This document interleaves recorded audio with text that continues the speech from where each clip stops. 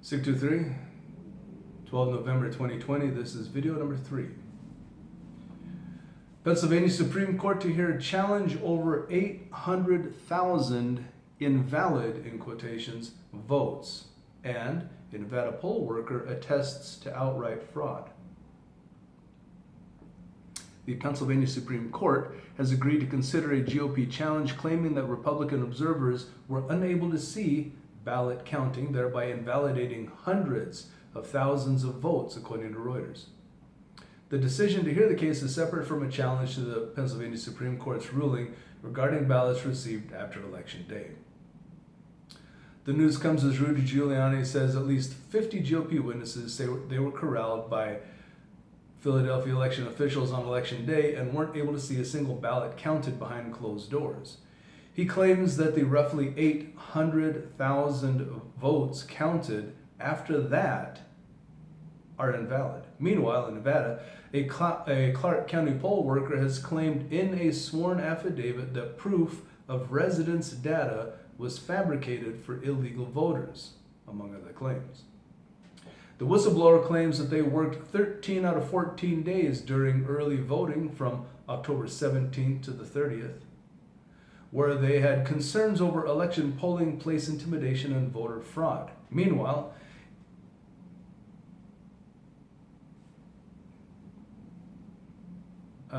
among the whistleblower's claims,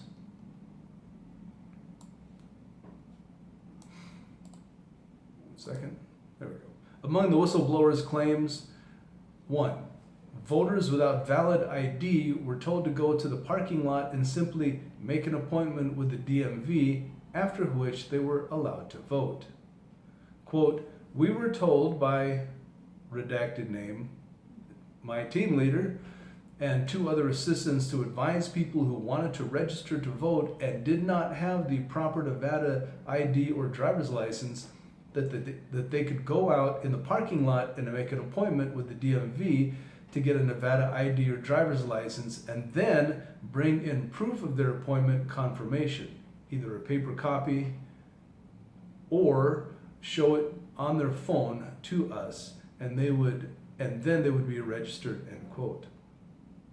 Quote, "We were told to add 2 zeros, as in 2 zeros, to the DMV confirmation number and put it where the driver's license or ID was supposed to go when we filled in the registration form online."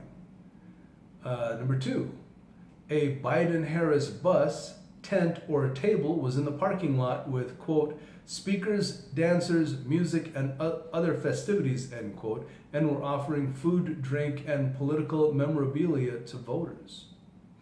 Our team leader, quote, "Our team leader," redacted, "had to go out several times a day to tell the Biden-Harris team they had to stay 100 feet from the location doors, as they would give folks signs to carry up to the door coming to vote. The Biden-Harris bus and or van was there 7 to 8 days out of the 14 days. Number 3, unopened ballot envelopes were opened and filled out against the side of the Biden-Harris van.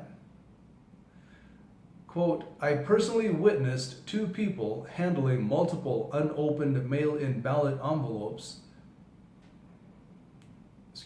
I personally witnessed 2 people handing multiple unopened mail-in ballot envelopes to 2 other people who then opened and filled out the ballots against the side of the Biden-Harris van.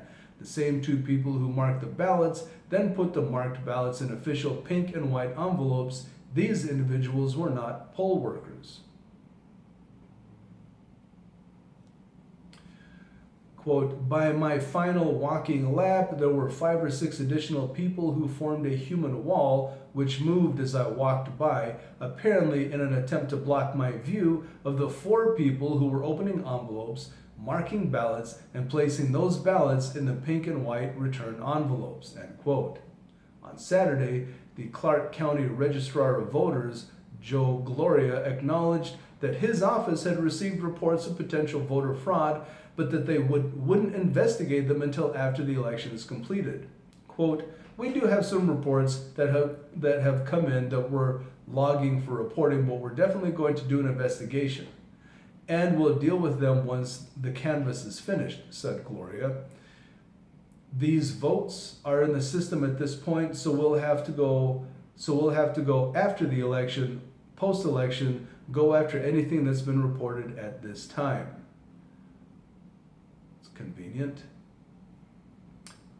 Senator Rand Paul questioned last Tuesday's election results, comparing the more than 1 million stimulus checks that were sent to dead people to possible voter fraud. Quote, "Your government sent 1.1 million dead people stimulus checks. Wonder how many of these folks also voted absentee," Paul tweeted Monday morning. All the previous has been from Blacklisted News. This last is from Nationalist Review. Database 14,000 plus people born over 100 years ago on Detroit voter rolls. Check for yourself. Internet sleuths from Poll, POL, have compiled a Google Doc listing 14,000 plus names that remain on the Wayne County voter rolls despite being over 100 years old. Most of these people have long since departed our mortal coil.